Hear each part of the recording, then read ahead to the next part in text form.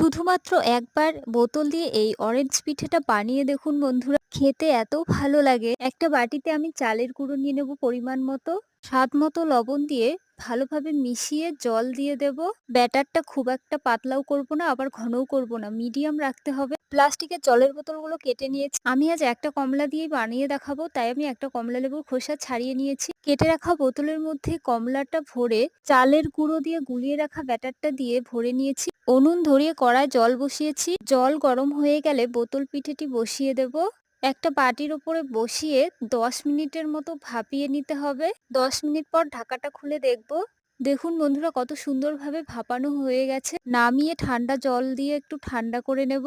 বোতলটি কাটার জন্য আমি একটা ব্লেড দিয়ে কেটে নেব। কত সুন্দর বোতল পিঠের ডিজাইন হয়েছে দেখুন বন্ধুরা। আমি একটা প্লেটে পিস পিস করে কেটে নিয়েছি। অরেঞ্জ বোতল পিঠে রেসিপি কেমন হয়েছে অবশ্যই কমেন্ট করে জানাবে। আমার সকল